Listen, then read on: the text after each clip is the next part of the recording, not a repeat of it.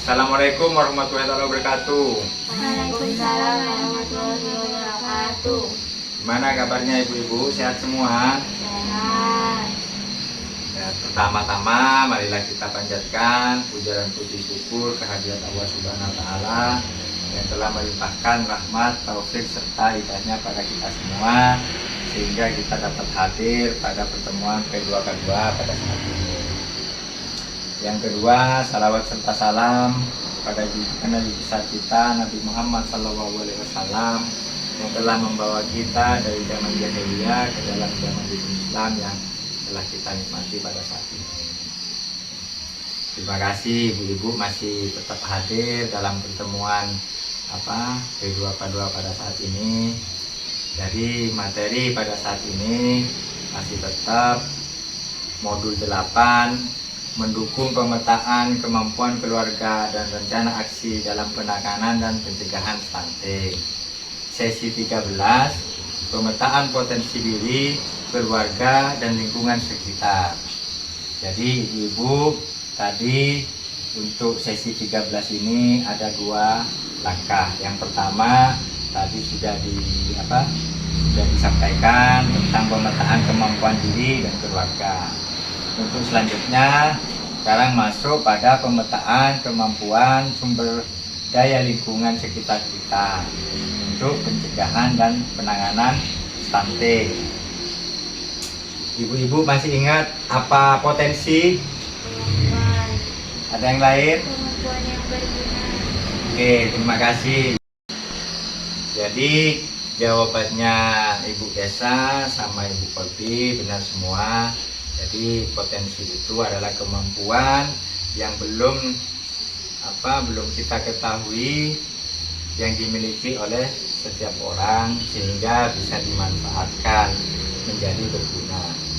Baik yang berasal dari potensi diri kita, potensi yang ada di keluarga maupun potensi yang ada di lingkungan. Tadi di langkah pertama sudah disampaikan potensi-potensi apa saja yang ada dalam diri kita, potensi yang ada dalam keluarga.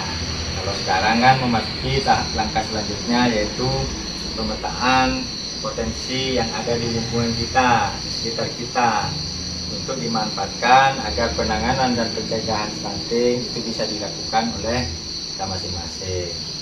Oke ibu-ibu, kembali kepada kelompoknya masing-masing, kelompok 1, kelompok 2, kelompok 3. Nanti saya kasih kertas plano untuk menggambar denah lingkungan sekitar. Daerahnya ibu-ibu digambar, jalannya nanti seperti apa digambar ya. Saya kasih satu-satu tiap kelompok. Saya kasih satu-satu untuk digambar.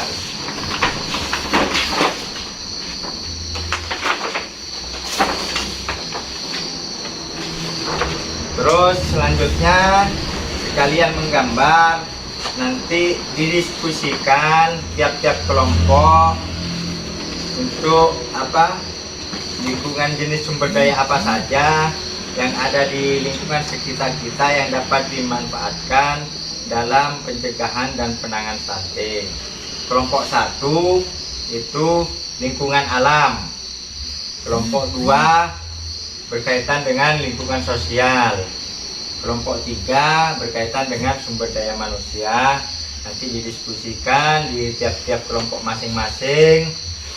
Nanti kalau sudah selesai bisa ditulis di sini tiap-tiap kelompok.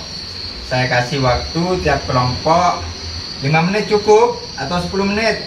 5 menit ya cukup ya menggambar ya sama diskusi ya. Oke, silahkan menggambar. Saya kasih waktu 5 menit.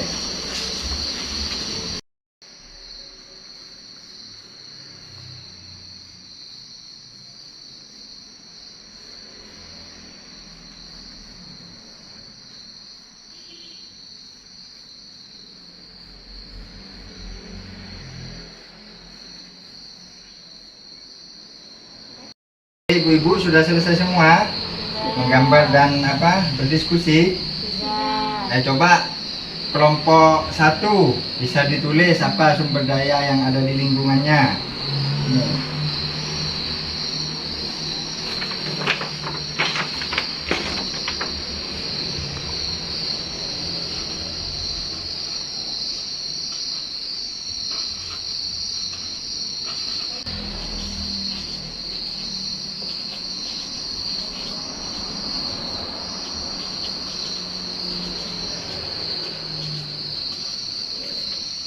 Oke, coba bacakan jenis sumber daya lingkungan, Pekarangan atau tanah kosong manfaatnya. untuk menanam buah-buahan dan sayur-sayuran.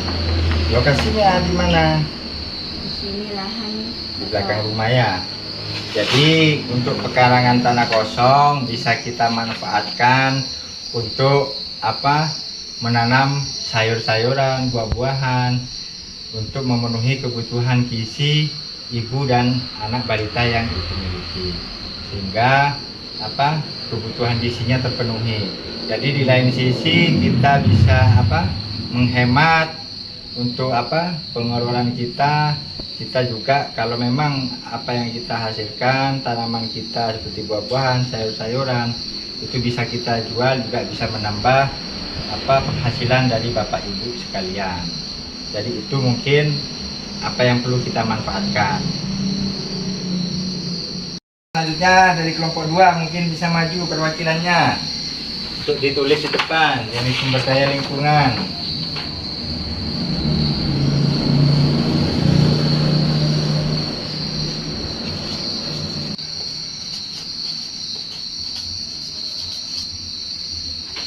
Coba dibacakan Bantuan sembako manfaatnya. untuk membeli kebutuhan pokok di warung.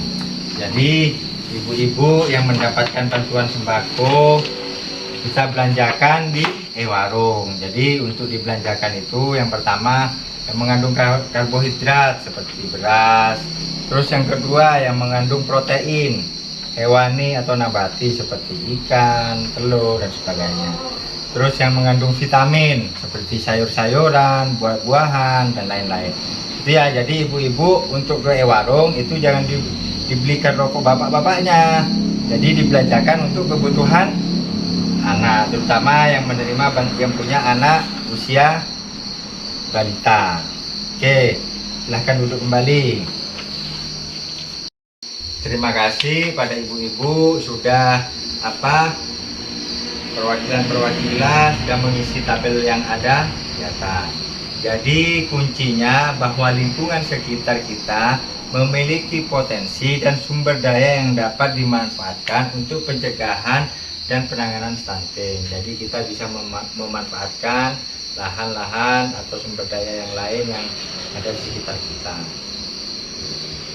Ibu tadi sudah mempelajari, terus mungkin dari ibu-ibu ada rencana apa yang akan dilakukan oleh ibu-ibu di rumah terkait dengan pemetaan diri, keluarga, dan lingkungan sekitar untuk mencegah dan menangani anak stunting. Coba apa dari kelompok 1? Belanjakan bantuan sosial di warung, beras, ikan, sayur-sayuran dan buah-buahan. Kelompok 2. Menanam sayuran dan buah-buah di belakang rumah. Jadi nanti itu ditulis ya, dimasukkan ke tabel janji diri. Jadi setelah nanti menulis itu dikumpulkan ya apa aja tabel janji dirinya di pertemuan selanjutnya. Jadi ibu-ibu bantuan sosial itu kita manfaatkan sebaik mungkin. Jadi kita belanjakan di warung semaksimal mungkin untuk kebutuhan gizi balita yang ibu miliki.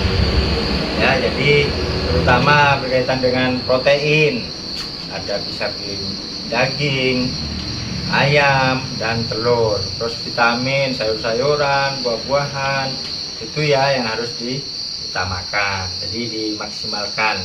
Jika peserta ingin mengetahui lebih lanjut terkait pencegahan dan penanganan stunting, maka dapat menghubungi fasilitator sebagai SDM. Bisa menghubungi saya selaku pendamping sosial. Jadi itu ya ibu-ibu. Ada pertanyaan? Tidak. Jadi kalau memang tidak ada pernyataan, saya cukupkan sampai di sini ya. Mari kita baca hamdalah bersama-sama. Demikian ibu-ibu, saya ucapkan banyak terima kasih. Wabillahi taufiq wal hidayah. Wassalamualaikum warahmatullahi wabarakatuh. Waalaikumsalam warahmatullahi wabarakatuh.